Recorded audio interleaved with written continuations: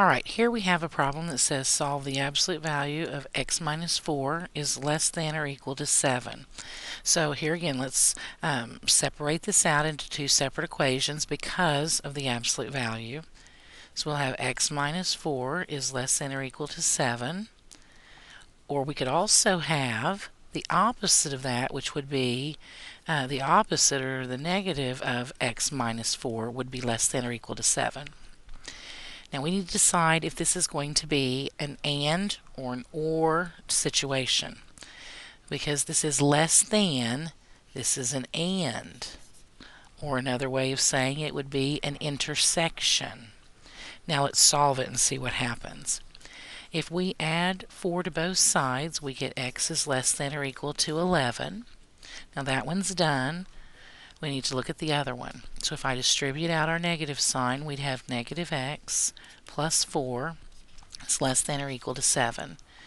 Now if I subtract 4 from both sides, we get negative x is less than or equal to 7 minus 4 would be 3. And if we divide both sides by a negative 1, we'd have x is greater than or equal to negative 3. Remember, because we divided by a negative, we also have to flip that symbol over. Alright, now let's look at this graphically.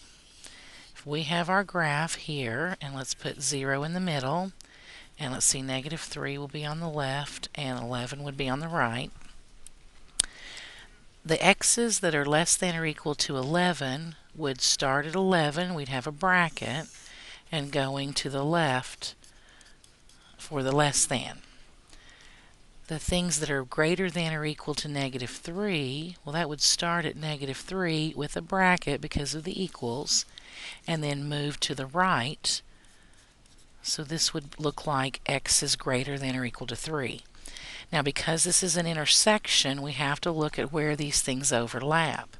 Well, they would overlap from here to here. So that means that on our graph, the true answer would start at negative 3 and go all the way over to a positive 11. And both of the endpoints would be included because of the brackets in our each individual problem. Now, if we were going to write it in interval notation, again, we'd read it right off of the graph here. So that would be bracket, negative 3, comma, 11, bracket. This would be our interval notation. Now, here we have a problem that says, this is another one, it says solve y minus, the absolute value of y minus 5 is greater than 2. So again, if we separate this out, this would be y minus 5 is greater than 2. We could also have the opposite of that, which would be negative y minus 5 is greater than 2. Now this is a greater statement. That's an or.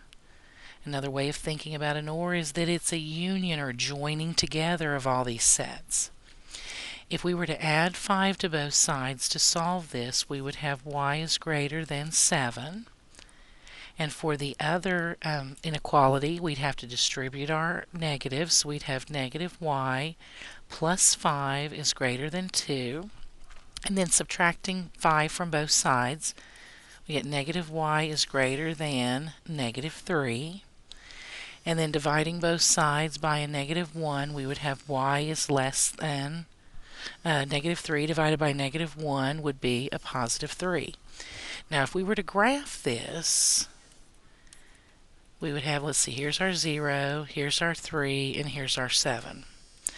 The y's greater than 7 would start at 7 and move to the right. The y's less than 3 would start at 3 and move to the left. But we're going to join these things together, which means we have to put them together on the number line.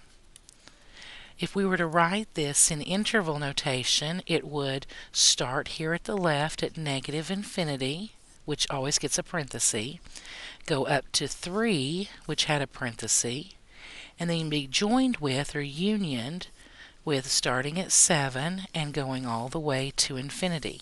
So that would be our our interval notation.